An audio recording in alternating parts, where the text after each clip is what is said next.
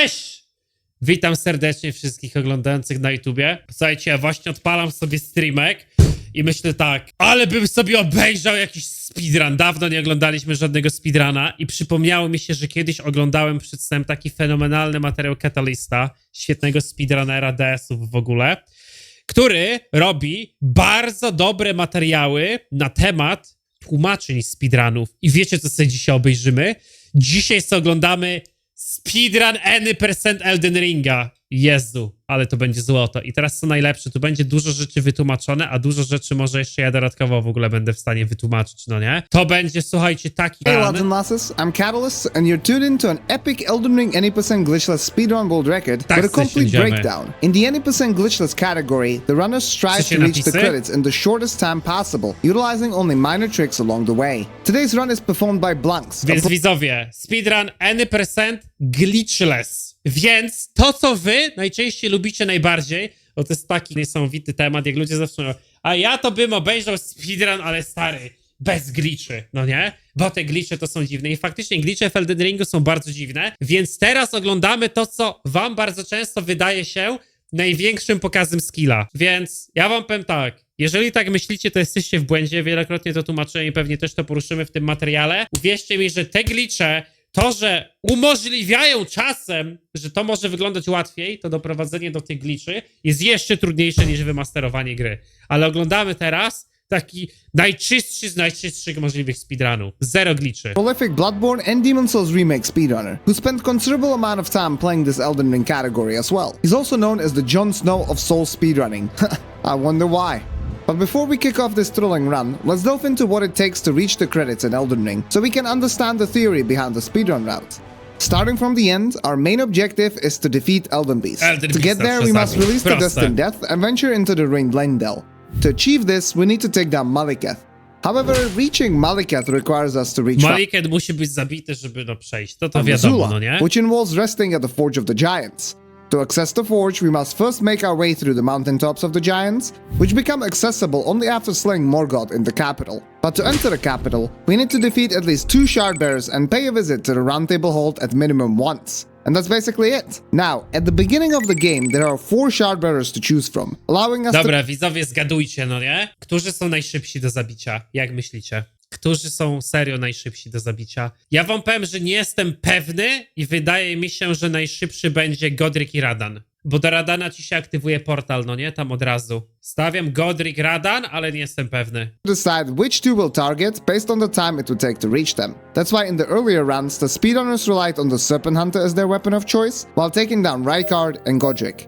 However, things have evolved, and now we opt for the Bloodhound's Fang and eliminate Radahn and Godrick. Quite a shift, isn't it? Even before the run officially begins, critical decisions are made during character creation. For our starting class, we go with the Samurai, thanks to their Uchigatana, a weapon that inflicts massive damage with its bleeding effect, and the Longbow, which lets us perform a nifty trick called Bow Cancel. I'll explain that in a moment. As for the keepsake, we choose the Lance Between Rune because it allows us to acquire the necessary crafting tools right from the start. Okay, let's begin. Right at the start of the run, inside the Chapel of Anticipation, we grab the finger item to enable our exit. Here's where a small trick comes into play. By blocking, we cancel out the item pickup animation and can start sprinting immediately after. Czaisz to, stary? 3 sekundy w speedrun, już są robione małe sztuczki optymalizacyjne.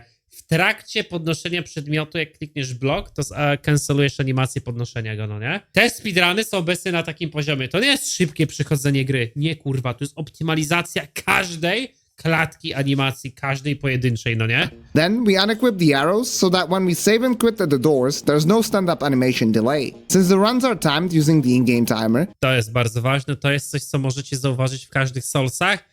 Bloodborne jest chyba tego wyłączeniem, bo tam by były zbyt duże loadingi i stwierdzili, że to by było bez sensu. Generalnie w momencie, gdy zaczynasz otwierać drzwi w Soulsach, to one już są zapisane w pamięci jako otwarte, przez co jeżeli zaczniesz je otwierać, wyjdziesz z gry, to one już będą otwarte.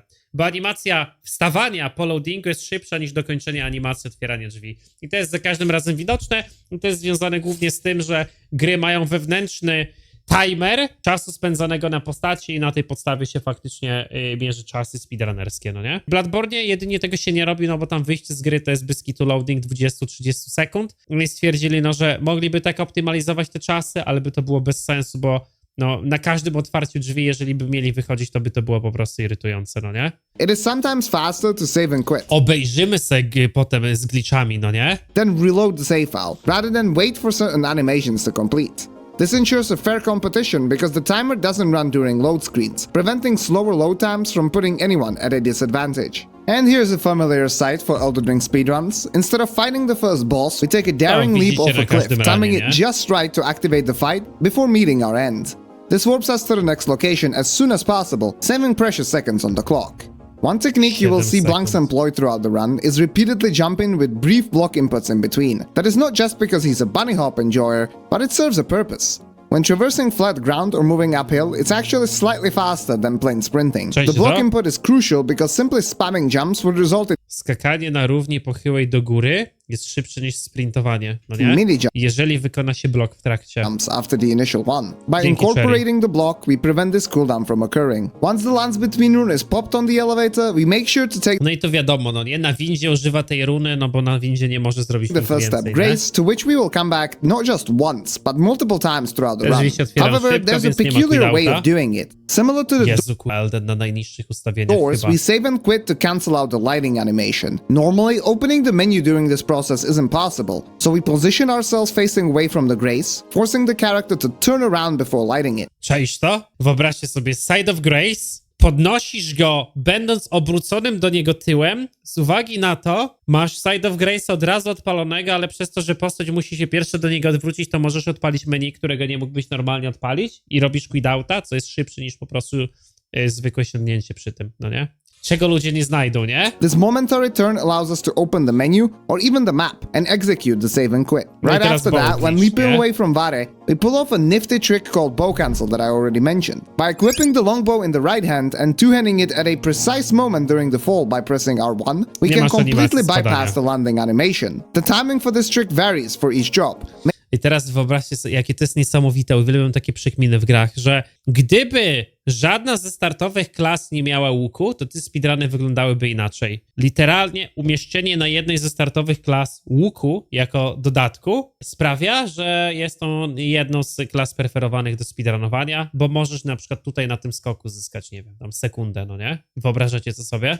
making it more challenging than it appears. It's important to note that a bow cancel doesn't prevent fall damage, it solely skips the landing animation. While doing this once may not seem like a big deal, skipping every landing animation throughout the run adds up, especially in a shorter category like any % glitchless. As we make our way to the gate front, eager to acquire Torrent as quickly as possible, we encounter a friendly donkey-riding Przesuwa się merchant jak named najdłużej. Kale. We pause to interact with him and Jak purchase the najdalej. crafting kit, enabling us to Ile craft trzeba czasu spędzić w grze, żeby to tak ogarnąć? No ci ludzie to mają po kilka tysięcy godzin w tych grach, nie? consumables on the move. While these items may not play a significant Czy myślisz, że twórcy robią to specjalnie, czy przypadkowo? Dużo rzeczy na pewno wychodzi przypadkowo. Dużo glitchy odkrywa się przypadkowo. Dużo glitchy czasem randomowo odkrywają streamerzy, którzy nawet nie są w dany tytuł zaangażowani, przychodzą to pierwszy raz, streamują i nagle wychodzi jakaś dziwna interakcja i potem wszyscy próbują tworzyć się szukanie. role in most playthroughs, they prove invaluable in certain fights during the speedrun, saving us a considerable amount of time. But we'll dive into that a bit later. After exchanging greetings with Melina and finally obtaining our trusty horse, it's time to delve into the major setup phase of the run. But before that, Setup. let me tell you about this absolute throne I've been gaming on made by noble chairs. Czemu on nie rozmawia z postaciami, nie eksploruje powoli każdego zakątka? W grach chodzi o to, żeby się nimi delektować. On pewnie nawet nie wie, czy jest fabuła. Jezu, ale to jest zabawne, co ty piszesz, stary. Ale ludzie bardzo często tak piszą, no nie? Że o, kolejny speedrunner, po co przechodzić grę szybko? Przecież chodzi o to, że się grą cieszyć, no nie? Ludzie, dosłownie, niektórzy nie potrafią zdać sobie z tego sprawy, że jak ktoś robi takie challenge, robi takie speedruny, to tą grę najprawdopodobniej już przeszedł kilkaset razy i wyciska z niej jak najwięcej, no nie? Dla niektórych to jest kosmos paść na to, że ktoś może ograł tą grę więcej razy niż ja. Elden Ring is truly an open world game, with most sources of power accessible without strict Totalny progression open world. requirements. First, we To jest ciekawe. Wy na przykład jesteście fanami open worlda w Elden Ringu, czy raczej wolicie te bardziej metroidwaniowe podejście z DS-ów 1 albo 2? No trójki nie wspominam, bo jest za bardzo korytarzowo. No ale trochę ma. Bo ja tak mam, ja widzę w tym plusy, widzę w tym minusy, no nie? I z jednej strony Elden Ring uważam, że jest fenomenalny do robienia challenge'y, do robienia bingo runów, do robienia wyścigów, do robienia speedrunów, do robienia wszelakiej maści wyzwań. To jest świetny do tego. do randomizerów i do modowania, a z drugiej strony brakuje mi tej interlokacyjności czasami, no nie? Brakuje mi tej metroidwaniowości, brakuje mi tego, że jak trafisz na jakiegoś ciężkiego przeciwnika, no to musisz faktycznie jemu się przeciwstawić, no nie? To jest taka sytuacja, więc kurde, powiem wam tak, finalnie jestem mega zadowolony, że wyszła taka gra od From Software. Im dalej gram w Elden Ringa, tym bardziej to doceniam, no ale wiecie, że ja tam preferuję DS1 i 2 i Bloodborne'a, nie? Za te DS2 to się oberwie w komentarzach, co? We head back to our previous location and make our way to the trap chest underneath Agil's Lake, which happens to be the fastest route to Caelid. Our main objective there is to collect 2 parts of the Dectus medallion in order to reach the Altus plateau and by extension Leyndell. There are 4 different ways to reach Leyndell. On generalnie był już od samego początku. Ja pamiętam, jak pierwszy raz zagrałem w Eldena, poszedłem, poeksplorowałem, otworzyłem tą skrzynkę i trafiłem do stary Caelid, no nie? To była masakra. Jezu, jak ja się na tym pierwszym playthrough. Pierwsza postać, pierwsze 200 minut w grze, ja trafiam do Caelid. Leyndell. Through the Volcano Manor after getting kidnapped in the Raya Lucaria Academy, via the teleporter in Deep Root Depths, or by taking the Runestream Precipice in Liurnia, which is a fairly slow option. The final way is the Grand Lift of Dectus, located right beside the precipice, and is the fastest route for an 90% run, using the Bloodhound's Fang. Although it requires the 2 medallion parts to activate, we can utilize Forts Farum and Heights, where they are located, to gather additional equipment that will help speed up the run. Heading toward the first fort, we pass through the town of Celia. Here we encounter several braziers that need to be lit to undo a seal obstructing the northern part of Caelid, where Farum is located. However, there's a neat parkour trick we can utilize. We first jump onto the railing by the seal and exploit Torrent's ability to turn midair with its second jump. This allows us to reach the branch above the railing, effectively bypassing the seal. To jest w ogóle glitchless, nie? Jakby się ktoś zastanawiał.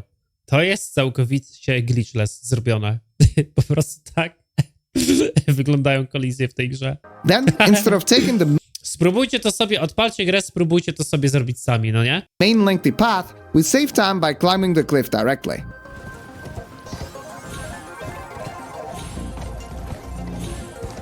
Before proceeding to Farum, Nie no, generalnie to jest turbo ciężkie, serio. Jakbyście to spróbowali zrobić samemu, to no to wygląda jak, to wygląda tak łatwo, że moglibyście powiedzieć, że to jest zgliczowane. To są naprawdę, niektóre te skoki są dosłownie pixel perfect, ale pomimo tego, że to jest mega ciężkie, to wiecie, co jest mega łatwe? Mega łatwe jest zrobienie zakupów na alldead.pl, stary. No w tym momencie chciałem was poinformować, że wróciły stare wzory i są zliftowane ponownie, delikatnie ulepszone. Wielokrotnie pytaliście o ten wzór starego kota. Smutno. A do tego cały sklep, cały asortyment został dotowarowany i jest świeżutki w tym momencie. Więc jeżeli czekaliście na jakąś koszulkę, to teraz będzie w pełni dostępna i możliwa do kupienia.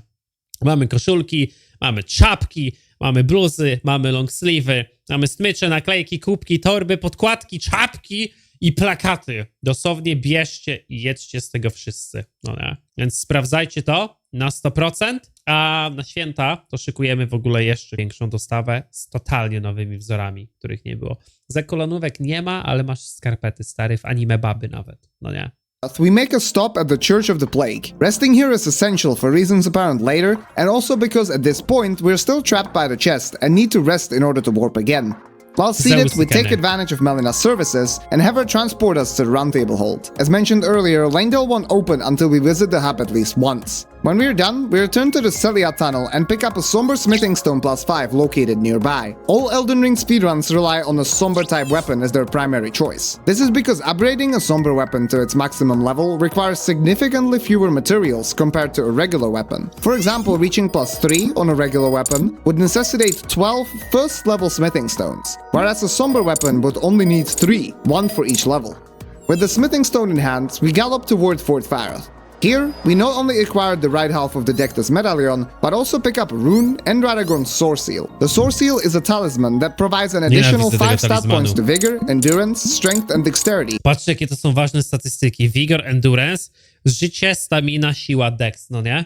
Ale zwiększa otrzymywane obrażenie o 15%. Jest turbo silny na początku. To jest jedna w ogóle z najlepszych rzeczy, jaką można na SL1 Runie założyć, bo to dosłownie ci daje 20 leveli. To jest też zabawne, że w Eldenie robisz SL1, czyli Soul Level 1, on się RL1 nazywa w Eldenie, bo tam jest Rune Level 1, ale jakby dodać wszystkie bonusy, to RL1 w Eldenie wychodzi na jaki poziom? W okolicy 100, no nie? Tam można tyle rzeczy po sobie podokładać. but comes at the cost of increased damage taken by 15%. The Sword Seal is crucial because it allows us to meet the exact stat requirements to apply Golden Wow later on. Now, our next destination is Fort Heights to obtain the second half of the Dectus Medallion. The most efficient route starts again from the first step. We make our way over a Geel Lake and take the Grace north of it. North? This is south, Kata. Nice orientation skills, dude. To access the nearby Everjail down the line. It contains the boss that drops the primary weapon of choice for this run, the Bloodhound's Fang. Conveniently, there's another nomadic merchant near Fort Height who sells Saint Trina's arrows, known to put enemies to sleep by making them listen to Gideon. Jak myślicie, na kogo to będzie potrzebne? Greatly assist us in a specific fight closer to the end of the run. Inside the fort, we gather several blood roses to craft blood grease, a useful item that can be applied to our weapons. We also find the cookbook containing the grease Zobaczcie, recipe. jak w ogóle movement wygląda tu. Finally, we obtain the left half of the medallion at the top and swiftly make our exit. With the full medallion in our possession, our next destination is Altus Plateau. We start from the Gatefront Grace and head north, lighting the Stormhill Shack Grace along the way for future use when we are mean and strong. To bypass Stormhill Castle, we take a small pathway alongside the cliff near the broken bridge leading to Liurnia. By performing a precise jump, we can land directly on the pathway and save time. To return to the lower levels, we execute a carefully planned drop. It's important to be cautious during this section to avoid taking unnecessary damage and potentially dying. In the Purified Ruins, we use a teleporter to reach Ryalu. Teraz zobaczcie, ile tutaj jest takich małych elementów jak ten, takiego skoku, że wydałoby wam się, że nie no dobra, nauczyć się tego skoku to jest żaden problem. Ale teraz połączcie 20 takich skoków w jeden run i zróbcie to perfekcyjnie. Caria. From there, we immediately turn back and take another teleporter towards Caria Manor. Our main objective is to visit Blacksmith Ichi, who can upgrade our weapons. However, since we are too poor and even lack a proper weapon at this point, we simply take the grace for future upgrades. Continuing our journey, we reach the Grand Lift by dropping to the Bellum Highway. Along the way, we encounter another merchant who sells valuable items. Remember the rune we obtained in Fort Faroth? It provides enough currency to purchase a rune arc and a composite bow from the merchant. The rune arc increases our HP by approximately 10% when activated, even without having any great runes. A modest increase to be sure, but it can be the difference between life and death on several bosses. The composite bow has a faster moveset compared to our current longbow, allowing us to shoot sleeping arrows more quickly. After activating the lift and arriving at Altus Plateau, we dash straight toward the capital. On the way, we collect 2 golden seeds which will provide extra charges for our healing flask. These charges will mainly be used to replenish our focus points rather than health. As we aim to reach Leyndell's ramparts, we encounter a big obstacle, the Draconic Tree Sentinel. We still lack a good weapon and levels, and therefore have no chance in a head-on fight. But what we have is a tasty cheese. We activate the boss fight and quickly hide behind the wall in a specific location on a rock before the Sentinel approaches. Tylko tu nie ma czasu na setup down-hitowy, to trzeba to trochę przyraszować. As the boss nears, we run towards the edge of the cliff, parry its jump attack and put it in a vulnerable state. A quick smack on the butt causes the Sentinel to stumble and fall to its demise. This grants us a generous reward of 50,000 runes and access to the rampart. These runes are crucial for purchasing Somber Smithing Stones 1 to 4 from Blacksmith Ichi, while still leaving enough for a level up. Returning to the Everjail where Bloodhound Knight Darivil resides, we level up our character. We allocate points to reach 15 strength and 12 faith, meeting the minimal requirements for the golden halberd, which we will acquire soon. Additionally, we invest 23 points in dexterity since the Bloodhound's Fang scales with this attribute. We also use the golden seeds and assign 5 charges to the FP flask. Before facing the boss, we craft and apply the blood grease to enhance the bleed buildup with the Uchigatana. The fight begins with Blanks setting up his position as Darivil takes a while to spawn. He initiates with an unsheath R2. No i tu widzicie, ma faktycznie ten buffik, nie? Na broni jeszcze założony, co podniósł. Więc katana z tym unsheathem, czyli z Ash of War'em, który jest na nią basicowo nałożony. Która sama ma w sobie bleeding, jeszcze z dodatkowym buffem na bleeding doprowadza do tego, że... R1, followed by another unsheath R2 that staggers the enemy.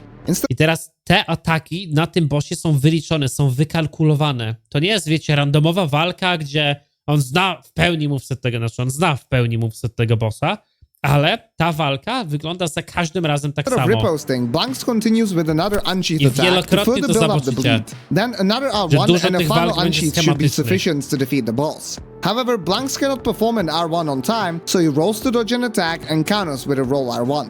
This No, ale triggers nie the bleed wyszło. effect, staggers Darrywell, and exposes him for a final unsheath attack. As the night falls, we receive the Bloodhound's Fang, which we will promptly upgrade. Upgrade'ik od razu. Next, Plus we return 5. to the first step Grace one last time to confront the first 3 Sentinel we encountered in Limgrave. It's as if we had some sort of vendetta against the Sentinels who totally didn't bully the crap out of me on my first playthrough, no.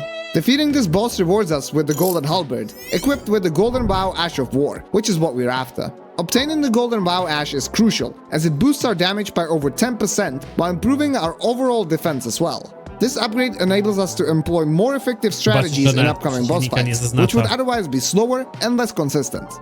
During this fight, you can also see the Fang's skill for the first time. Its first hit is a backflip with a potential dash follow-up. The dash itself provides invincibility frames, and both attacks deal substantial damage while building up bleed. Now that we are To fully jest prepared, fenomenalne. it is Ja uwielbiam tą broń. Ona ma w sobie wbudowane frames, dosłownie odpowiednio tajmując, możesz zadawać obrażenia i ich nie time przyjmować. to confront the chosen Shardbearers. We begin with Radahn, for whom we already have a grace in Caelid. To reach him as quickly as possible, we perform a Stake of Marika skip from the Church of the Plague. By precisely timing a double jump off the edge of the cliff, we bypass the kill planes below and die from fall damage inside Radahn's arena. This activates the Stake of Marika checkpoint, allowing us to warp to it and skip the need to traverse Redbane Castle. Czajcie, o co chodzi. Tutaj odpowiednio, jeżeli w odpowiednim momencie zrobisz Past the kill drugi planes skok, below and die from pyk. fall damage inside Radahn's arena. to nie włącza ci się obszar, który cię automatycznie zabija, tylko pozwala modelowi twojej postaci spaść na sam dół, a w momencie, gdy spada na sam dół, umiera w This arenie activates the Radahna, Stake of Marika checkpoint, zaktywuje allowing us to Marikę, warp to it teraz, pyk, i włącza mu checkpoint. and skip the need to traverse Redbane Castle. Hold your horses. I know what some of you are thinking. Kara, isn't that a glitch? Sure, this is an unintended consequence of a game mechanic and could be argued to be a glitch. However, what is and what isn't a glitch in the end is decided by the community, and it believes that Stake of Marika skips that do not skip any bosses simply cut down on the running time, of which the speedrun already has plenty. The fight against the Star Scourge begins with an unusual approach, running away from the boss. Once we distance ourselves enough, Radahn exits the game's draw distance and temporarily disappears. This causes him to stop shooting arrows and forces him to approach us instead, speeding up the actual start of the fight. We apply the blood grease and summon some assistance for additional damage. Blanks intentionally baits a long-range attack from Radahn, aiming to deal enough damage before he transitions to his Meteor Phase 2. By hammering at him during this attack, we surpass the health threshold that triggers a weapon buff animation. Understanding this mechanic, we maneuver to avoid the attack while continuing to strike him. I had to make sure Okina wasn't gonna body block me there. We utilize the invincibility frames provided by the Bloodhound's Fang skill to evade his gravity pull while staying in close proximity to bait out another follow-up attack. During this process, we accumulate enough poise damage to stagger the boss, providing an opportunity to finish him off before he transitions. No i boss bez drugiej fazy, nie? With Radahn defeated, I must warn you that what follows is a brutal act of cold-blooded murder. Our friend Alexander has appeared due to the Redmane festival triggered by our visit to Altus Plateau. The talisman he carries boosts our skill damage by 10%, a significant increase that justifies committing this atrocity. We now need to light the grace to exit the area and continue heading towards the second chosen shardbearer, Godrick. Selecting Godrick is a clear choice, since killing Rennala would require us to open and navigate the academy, while Rykard is completely out of the question far away in Volcano Manor. As mentioned earlier, we return to the Stormhill Shack now that we are mean and strong. It's a short trek to Stonewell Castle where we encounter Margit. Little does he know that we are now significantly overleveled. A charge attack, followed by the full skill, staggers him, allowing us to strike him with a series of fast attacks. Iframesami uniknięte. As his health drops and he transitions to using his hammer, we comfortably execute another backflip, swiftly ending the fight. Who's foolish now, eh? Margit's defeat rewards us with a talisman pouch, enabling us to equip Alex's Warrior Jar Shard alongside the Sword Seal. When it comes to Stormvale, it is much faster to disregard Gostok's advice and simply rush through the main gate. Along the way, we acquire a set of kukri for important extra utility later on. After skillfully avoiding all enemies, we enter the Godrick fight, which also revolves around abusing a set phase transition. As the boss's health dwindles, he automatically staggers and initiates a transition. However, if the attack that brings him below the threshold also depletes his poise to 0, he will experience a regular stagger before transitioning. That way, we have an opportunity to deal a lot more damage than otherwise possible. With this opening attack, Blanks positions himself beneath it, leveraging the ground's shape to evade it. Na pochylenia! Nie udało się iframesami This skill uniknąć. here will trigger the transition, but also staggers the boss at the same time, allowing for a riposte that procs the bleed build-up and Ja wam inflicts wytłumaczę raz jeszcze, bo on to mega szybko wytłumaczył. Boss na pewnym etapie życia przechodzi w drugą fazę. Ale jeżeli obrażeniami, którego go striggerujemy do przejścia do drugiej fazy, damy mu jednocześnie poise breaka, to doprowadzi to do sytuacji, w której boss dostanie pierwszy tego poise breaka, będziemy mogli mu walnąć viscerala, tak jak teraz na ekranie, i skipniemy w ogóle jego przechodzenie fazowe, przez co nie będziemy musieli do niego dobiegać w drugiej fazie. massive damage. More damage than we would have time for if he just transitioned regularly. Godrick then meets his demise while standing up. Immediately after the kill, we save and quit to skip Godrick's lengthy death monologue. Seriously, dude, you're dead. Could you please shut the f***? After loading in, as long as we stay within the area, the boss kill is still going to count. Since this marks the defeat of the second Shardbearer, the Seal of Leyndell is finally open, allowing us to proceed to Morgoth and complete our best of 3 match with him. We return to the Rampart, where we killed the Draconic Tree Sentinel, and continue into the capital, taking the East Rampart Grace. To reach the bottom streets quickly, we perform a tricky jump towards an extended part of a wall. Timing is crucial as we delay the initial jump until we are already falling off the platform. By attacking mid-air, we make strafing possible and turn into the wall. After a W trakcie ataku może się obrócić i tym atakiem się obraca i to jest już w ogóle masakra, no nie? simple drop on the rotunda, we descend to the main street, bypassing the need to navigate the rooftops and take an elevator.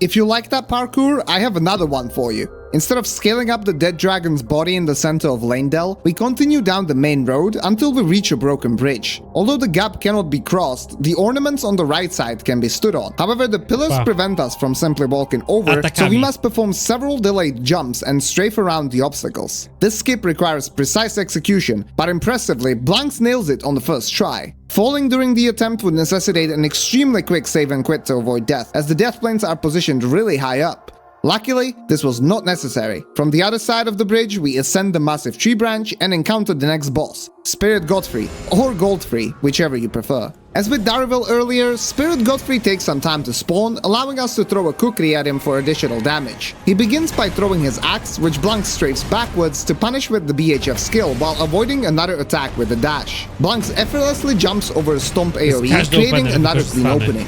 Understanding the stagger timing perfectly, he performs another full L2 attack without concern for Godfrey's actions, leaving just enough stamina and time to riposte afterward.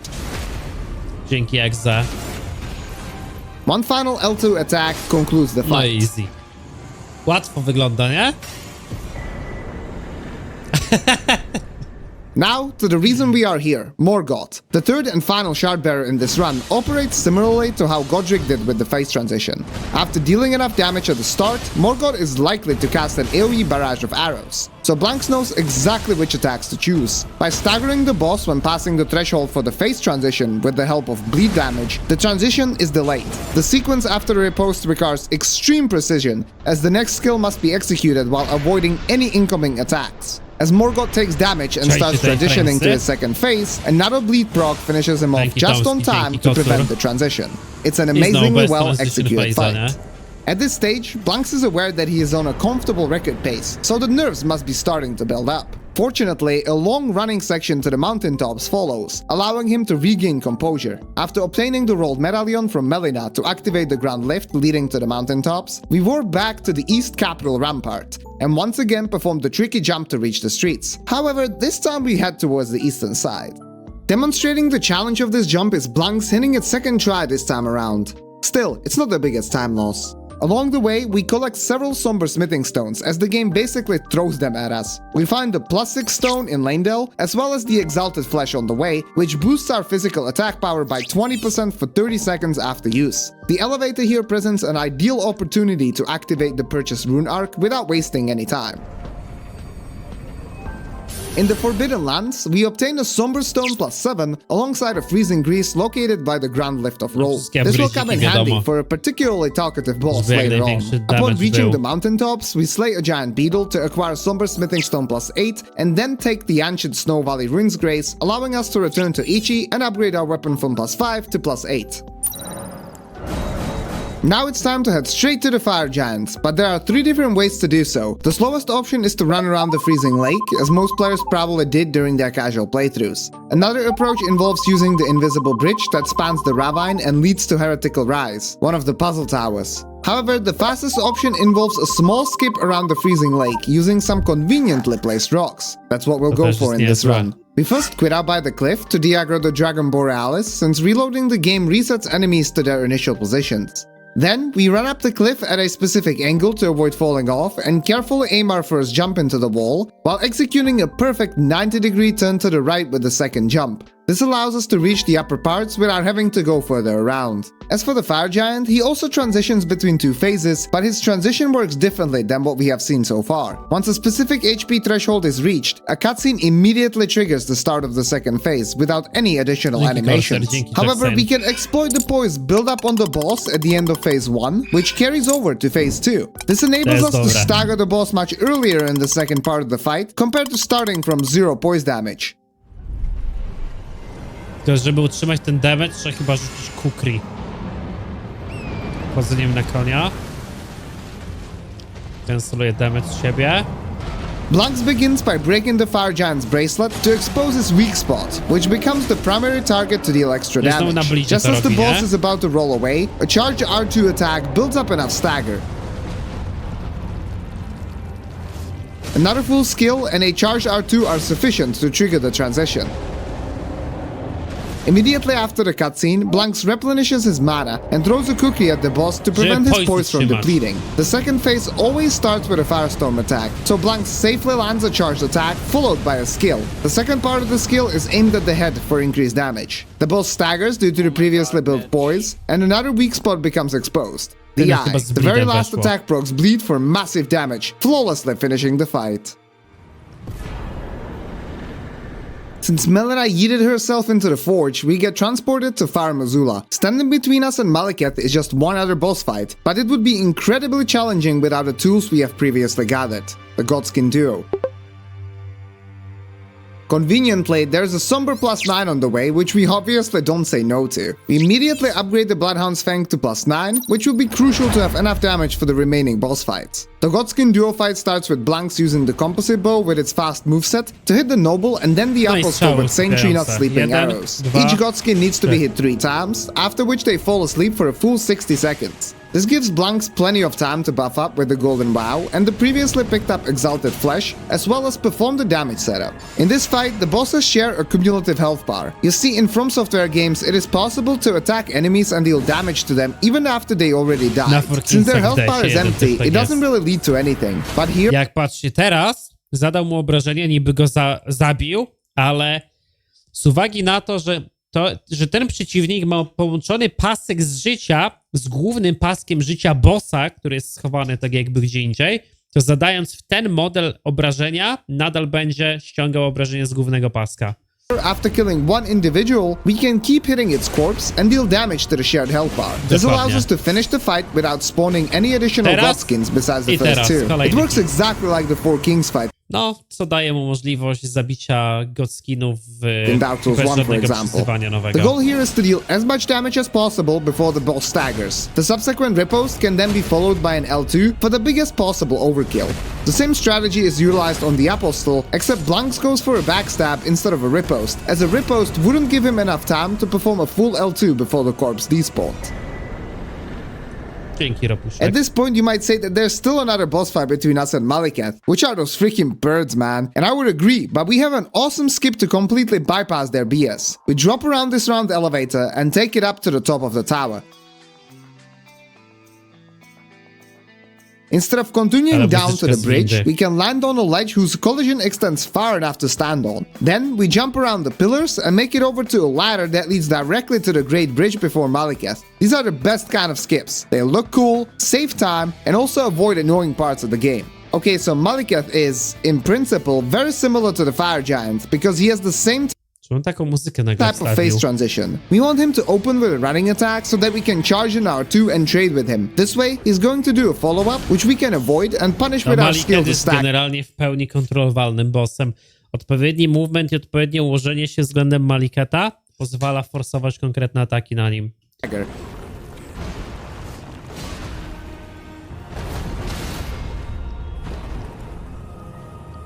After the riposte, an L2's first part builds up stagger and finishes the first phase. Depending on the positioning, it is possible to have a consistent opening in the second phase. We exploit it to stagger the pup with a charge attack and a full skill.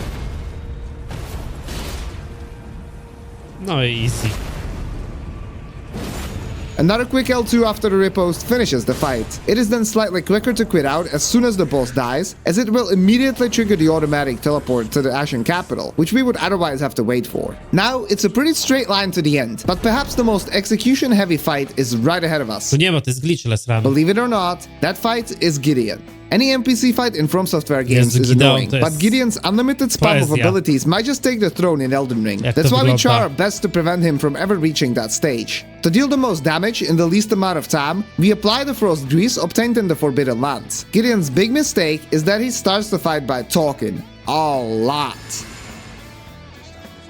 We begin by hitting him with the dash follow-up of our skill as it deals more damage than the first part. Connecting with only one attack allows us to perform a riposte since it doesn't stop the monologue. Now, this is extremely important. Patrz na to. We run away at a super specific angle and L2 backwards in such a direction that Gideon will stand up facing away from us and Czaisz to? Forsujesz na bossie obrót atakiem w konkretną stronę. monologue. Now, this is extremely Patrz. important. We run away at a super A on go tu zahacza specific jeszcze tym atakiem, angle and ale go popycha w tą L2 stronę, back- przez co boss się musi do niego backwards obrócić, in such a direction kończy tego Ashawara that atakiem Gideon w will niego stand up i to mu daje wystarczająco dużo czasu, żeby go wykończyć, zanim cokolwiek zrobi. facing away from us and consistently najlepsze. eat the follow-up L2. Combined with the Frost and Bleed procs, we do massive damage to finish the fight. This was clean and fast, but I assure you that Dwa Blanks proki made it naraz. seem way easier than it really is.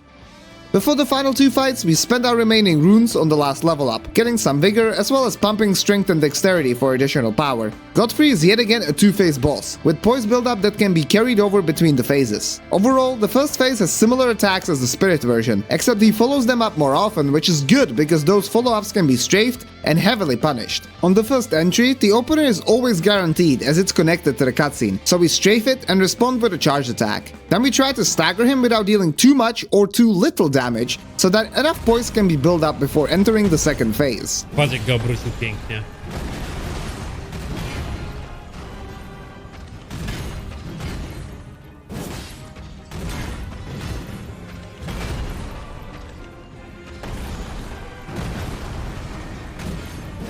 Notice the heavy R1 attack, before the yeah? riposte. This is to put the boss at low enough health for a phase transition to occur before another stagger, since poise is reset with a riposte. This way, our second hit on Horaloo will cause a stagger.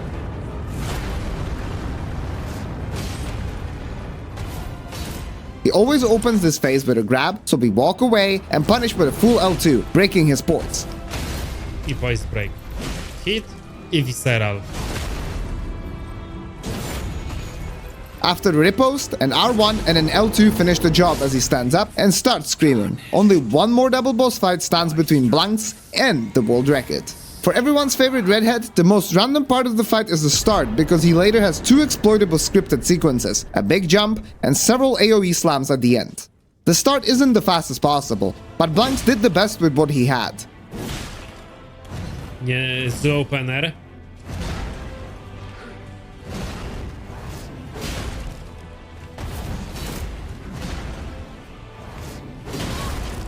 O kurwa. We staggered Radahn before his jump, so we know what's coming next and can plan our attacks accordingly to deal enough To damage to zawsze force out a samo. power-up with the big Na AoE. hitach widać, nie? Iframesami to porobił.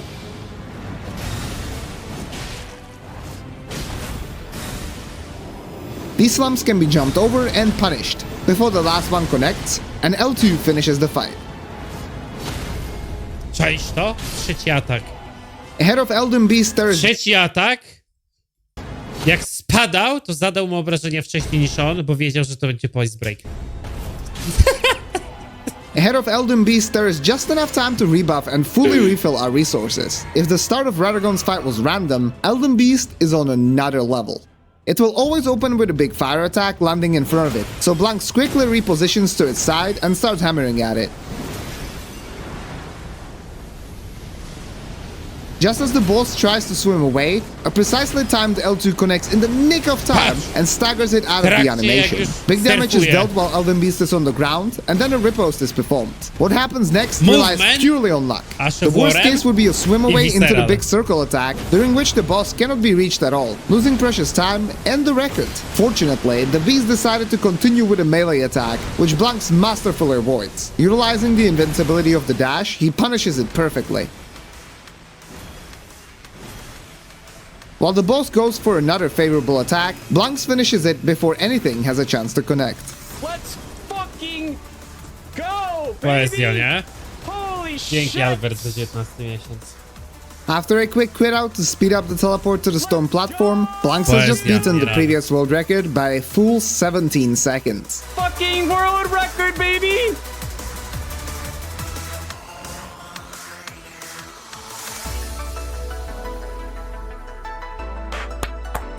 Let's fucking go, dude! Stop 5630! No Ayo. fucking way! No fucking way! Holy shit! No fucking way! Słuchajcie to? shit. Tak o sobie Eldenika skończyć poniżej poniżej godzinki. Od zera, nie? Zajebiste. Zajebiste fest.